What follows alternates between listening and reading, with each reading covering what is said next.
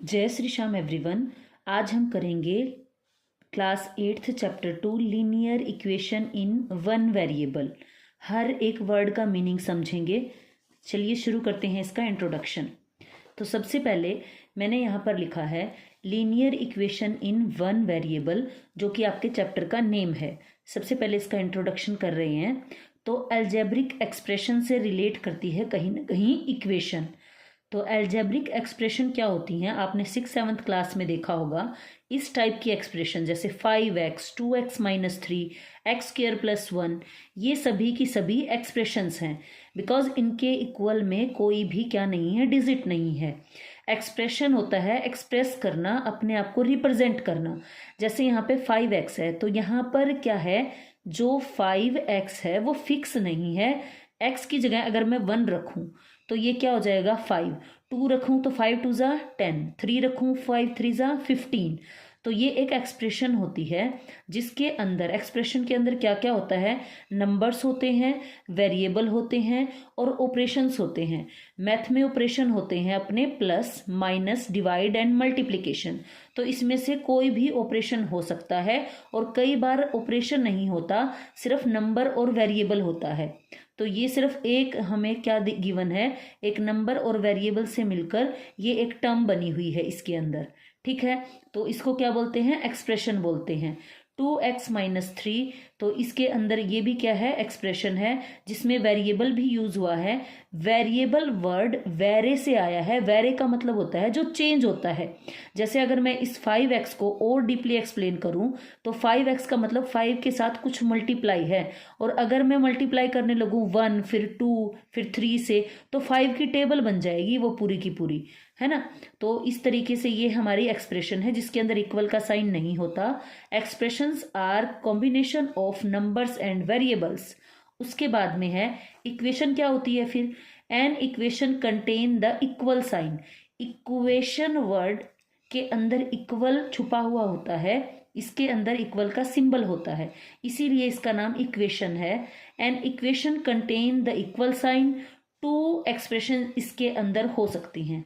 कैसे 2 एक्सप्रेशंस होती हैं, जैसे कि मेरे पास में ये गिवन है, तो एक यहाँ पर हमारे पास में हो गई एक्सप्रेशन और एक इधर हो गई। चलो इससे समझ नहीं आ रहा क्योंकि यहाँ पे एक कांस्टेंट टर्म गिवन है आपको। तो एक तो एक्सप्रेशन ये हो गई और एक एक्सप्रेशन ये हो गई, तो 2 एक्सप्रेशन हो गई कि नहीं हो गई, और इक्वल का साइन है, तो इसीलिए इसको हम क्या कहेंगे, इक्वेशन। अब इसको देखते हैं लीनियर इक्वेशन क्या होती है। आपके यहाँ पर सिर्फ लीनियर इक्वेशन के बारे में बात हुई है, क्योंकि लीनियर और इक्वेशन इन वन वेरिएबल, यानी कि वन वेरिएबल का यूज किया गया है यहाँ पर। 5 के साथ 5x, सिर्फ एक x का यूज किया गया है। अगर ये ऐसी होती ना 5x प्लस 2y, तो देखो x और y 2 वेरिएबल यूज होते ना, तो ये 1 वेरिएबल ना होकर 2 वेरिएबल हो जाती। तो आपके यहाँ पर 8th क्लास में 1 वेरिएबल के बारे में बात की गई है। तो 1 वेरिएबल का मतलब है जो आपके A B C X Y Z है, ये एक इक्वेशन के अंदर सिंगल ही यूज होगा, या तो एक्स ही होगा हर जगह, या तो वाई ही होगा, या तो जेड ही होगा। तो इसीलिए इसको 1 वेरिएबल बोला गया है।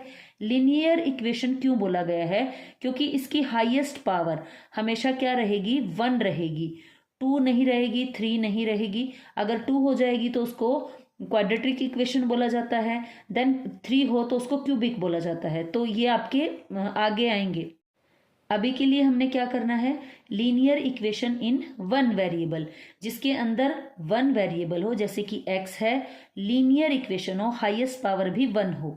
जैसे यहाँ हमने देखा था ना x की पावर 2, तो ऐसे वाले इसके अंदर नहीं आएंगे। जो पावर है वो 2 न होकर 3 न होकर सिर्फ 1 रहेगी। तो ये हमारे पास में कुछ इक्वेशंस गिवन है, इसका नाम इक्वेशन है बिकॉज इक्वल का साइन लगा हुआ है। इसके अंदर 2 एक्सप्रेशंस ऐसे करके भी यूज हो सकती हैं और ऐसे भी हो सकती हैं। अब इसको अगर मैं एक्सप्लेन करूं और, तो इसके अंदर क्या क्या होता है, इसको बोला जाएगा टर्म। ठीक है, और ये जो इसके साथ लगा हुआ है 2x वेरिएबल टर्म हो गई।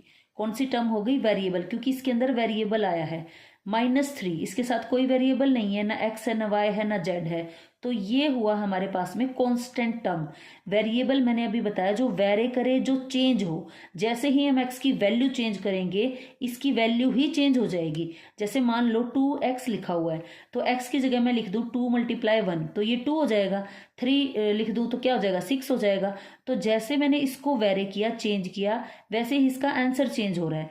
तो ये किसके ऊपर डिपेंड हुई, हमारे वेरिएबल के ऊपर। इसीलिए इसका नाम वेरिएबल पड़ा है क्योंकि ये वेरी करता है, चेंज करता है। अब ये जो है हमारी कांस्टेंट टर्म, कांस्टेंट का इंग्लिश में भी मतलब क्या होता है, स्थिर। स्थिर मतलब जो चेंज ना हो। अब 3 आज भी 3 है, -3 आज भी -3 है, कल भी -3 रहेगा, 7 भी सेम रहेगा। ऐसा तो नहीं है जैसे हमने एक्स की वैल्यू चेंज करने पे इसका कुछ आंसर ही कुछ और आ रहा था। तो ये कांस्टेंट टर्म्स हैं और ये है हमारी वेरिएबल टर्म। तो ये जो सिंगल सिंगल है, देखो इस पूरे को क्या बोलेंगे, इक्वेशन, ठीक है। इस वाली को क्या बोलेंगे, एक्सप्रेशन। अगर ये ना हो तो ये क्या होगा, एक्सप्रेशन। तो इसके अंदर ये जो अलग अलग है एक्सप्रेशन के अंदर यूज हुई है, ये क्या है, टर्म्स हैं। और कितनी टर्म है इसमें, 1 और 2। इस वाले पार्ट में है ना, इस एक्सप्रेशन में सिर्फ 1 टर्म है जो कि कांस्टेंट टर्म है। जो ये होती हैं ये कांस्टेंट टर्म होती हैं विदाउट वेरिएबल, और वेरिएबल वाली वेरिएबल टर्म होती हैं। तो इसके अंदर 1, 2 और एक इधर हो गई। तो कितनी टर्म्स हुई, इस साइड हुई 2 टर्म्स और इधर है सिंगल टर्म, ठीक है। तो हमने देखा कि सबसे पहले हमारे पास में क्या आए, ये नंबर्स आए जिनको कांस्टेंट बोले जाते हैं। जो काउंटिंग है आपकी 1 2 3 4 5 6 100, जो भी आपने आज तक काउंटिंग पढ़ी है वो सभी कांस्टेंट नंबर है, वो चेंज नहीं होते। फिर इनके साथ में आए वेरिएबल के साथ में, ये वेरिएबल चेंज होते हैं तो इसे क्या कहते हैं, वेरिएबल कहते हैं।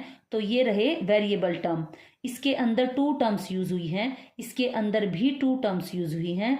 पावर सिंगल है, 1 है, इसीलिए इसको क्या बोला जाता है, लीनियर इक्वेशन। एक ही वेरिएबल यूज हुआ है तो क्या हो गई, 1 वेरिएबल हो गई।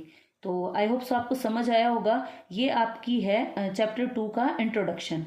आगे बढ़ते हैं। हाँ, एक चीज और, इस वाले इधर वाली साइड को क्या बोलेंगे, लेफ्ट हैंड साइड, और इसको क्या बोलेंगे, राइट हैंड साइड। अगर आप इक्वल की जगह अपने आप को बिठाओ ऐसे फेस करके, इस साइड फेस करके, तो आपके इस साइड आपका राइट हैंड है और इस साइड क्या है, लेफ्ट हैंड। तो ये वाली साइड हमारे पास में क्या हो जाएगी, ये वाली साइड हो जाएगी राइट हैंड साइड और ये हो जाएगी लेफ्ट हैंड साइड। तो इसके अंदर साइड्स भी होती हैं, टर्म्स भी होते हैं, और क्या होती हैं, कांस्टेंट टर्म एंड वेरिएबल, ठीक है। ये शब्द मुश्किल लग रहे हैं लेकिन है कुछ नहीं।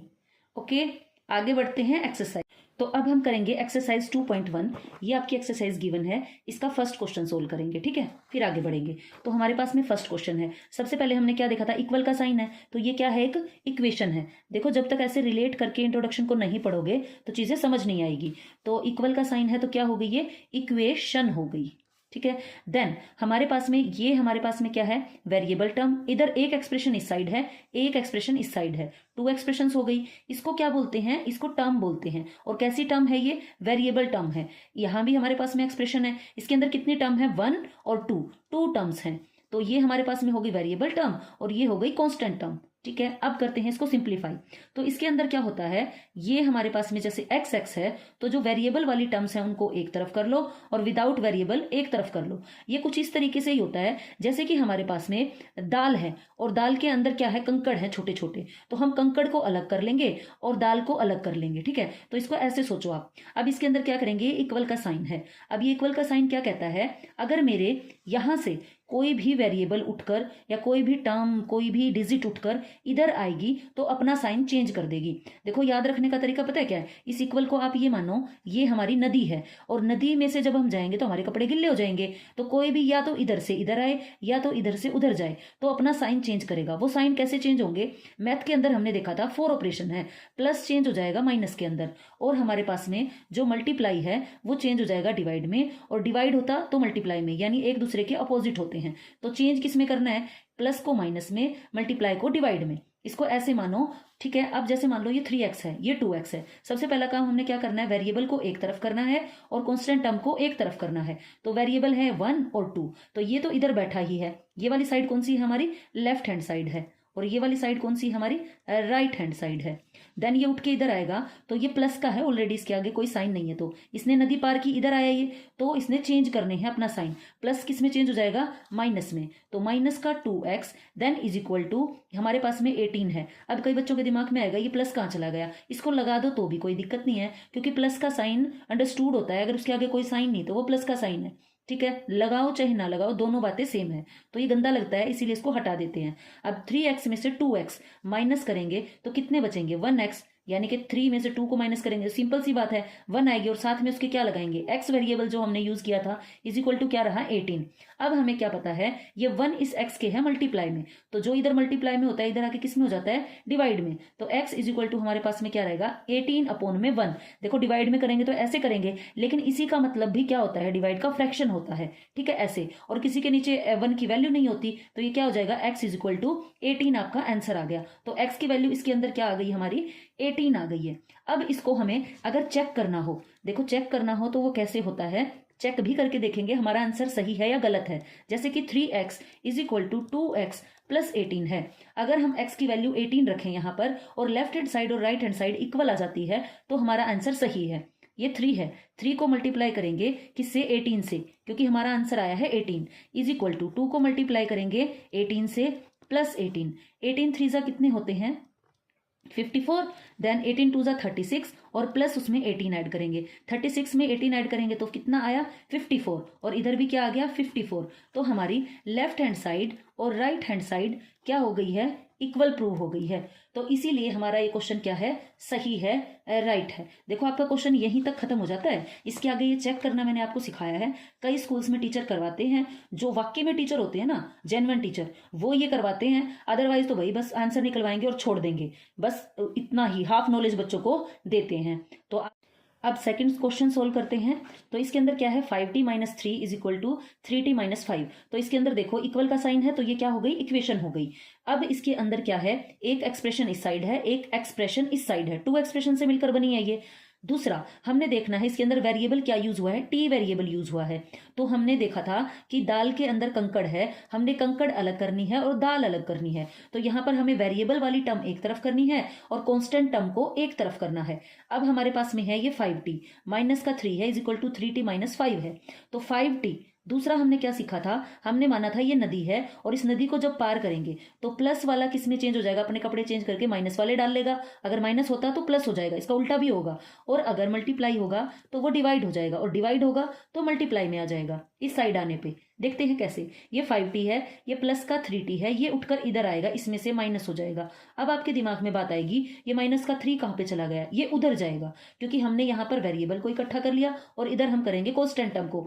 अब ये खिसक के गया है, कई बच्चे पता है क्या करते हैं, उनको समझ नहीं आता बेचारों को, -3 लगाए कहाँ पे, देखो ये उठ के इधर चला गया है, ये चला गया, तो इक्वल के जस्ट बाद कौन आया है, माइनस का 5, तो उसको लिखो ना, उसके बाद ये माइनस का 3 बाद में आया, तो ये जो 3 है माइनस का, ये उठ के उधर जा रहा है इक्वल से उधर, तो क्या करेगा, अब माइनस का 5 क्या करेगा, मैं पहले यहाँ पे बैठा हूँ तेरे को नहीं बैठने दूंगा, पीछे चल। आप अपनी सीट पे भी तो ऐसे ही करते हो ना, नदी में पहले मैं नहाऊंगा, तो ये इसके पास है और माइनस का 3 पीछे जाएगा, तो ये क्या हो जाएगा, प्लस का 3, ठीक है, क्योंकि हमें पता है इस नदी को पार करके कपड़े चेंज करने होते हैं, ये प्लस का था तो माइनस का हो गया, ये माइनस का है तो प्लस का हो गया। अब 5t में से 3t को माइनस करेंगे तो ये रहेगा 2t इज इक्वल टू -3 में +3 को अपोजिट साइन है तो माइनस होगा, और बड़े के आगे जो साइन है वो लगेगा, 5 और 3 में से 5 बड़ा है, इसके आगे माइनस का साइन है तो यहाँ माइनस लगाएंगे और माइनस करने पे 2 बचेगा। अब यहाँ पे ये जो 2 है ये t के मल्टीप्लाई में है, इधर आके किस में हो जाएगा, डिवाइड में, हमने देखा था यहाँ पर।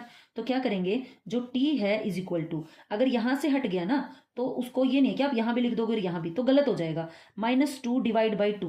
अब ये क्या है, डिवाइड का मतलब ही फ्रैक्शन होता है, फ्रैक्शन मतलब इसको ये लिख दो माइनस का 2 अपॉन में 2, 2 को 2 से डिवाइड करेंगे तो क्या आ जाएगा, वैसे भी सीधा यहाँ पे भी आ जाता, 2 को 2 से डिवाइड करेंगे तो 1 आ जाएगा, और 1 कैसा आता, माइनस का, तो t की वैल्यू हमारे पास में क्या आ गई, -1। अब हम हमारा आंसर करेंगे चेक, तो इधर कर लेते हैं इसको चेक।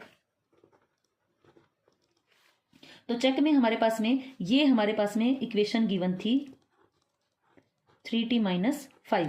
अब इसमें वैल्यू रखेंगे t इज इक्वल टू -1, जहां जहां पे t है वहां -1 रखेंगे, 5 multiply by -1 -3 is equal to 3 multiply by -1 -5। अब क्या होगा, 5 को -1 से मल्टीप्लाई करेंगे, देखो अपोजिट साइन है, एक प्लस है और एक माइनस है, उनको जब हम मल्टीप्लाई करते हैं तो माइनस आता है, तो साइन लगा दो माइनस का और 5 को सीधा 1 से मल्टीप्लाई कर दो, 5 माइनस का 3, ऑलरेडी जो था वही लिख दिया, क्योंकि पहले बोर्ड मास से हम मल्टीप्लाई को सिंप्लीफाई कर रहे हैं, तो इस वाले साइन को सेम कर रहे हैं, तो ये प्लस रहा, ये माइनस, तो 3 को 1 से मल्टीप्लाई करेंगे तो 3। अब बारी आई साइन लगाने की, तो अपोजिट साइन है तो साइन किसका आएगा, माइनस का, माइनस में क्या रहा 5 -3, सेम साइन है, तो अगर जब भी सेम साइन हो, में भी प्लस प्लस हो, में भी माइनस माइनस हो, तो वो ऐड होंगे, और जो साइन है ना वो लिखा दो, ऐसे करो, 5 गंदे बच्चे 3 गंदे बच्चे, कितने गंदे बच्चे 8 गंदे बच्चे, 8 गंदे बच्चे, तो माइनस का साइन। अब ये भी क्या है, सेम साइन है, तो क्या होगा, ऐड होंगे, तो क्या हो जाएगा, ये भी माइनस का 8, तो हमारे पास में लेफ्ट हैंड साइड किसके इक्वल आ गई, राइट हैंड साइड के, तो हमारा हो गया ये क्वेश्चन सॉल्व। थैंक यू, मिलते हैं नेक्स्ट वीडियो में नेक्स्ट क्वेश्चन के साथ, तब तक के लिए bye bye, please like share and subscribe.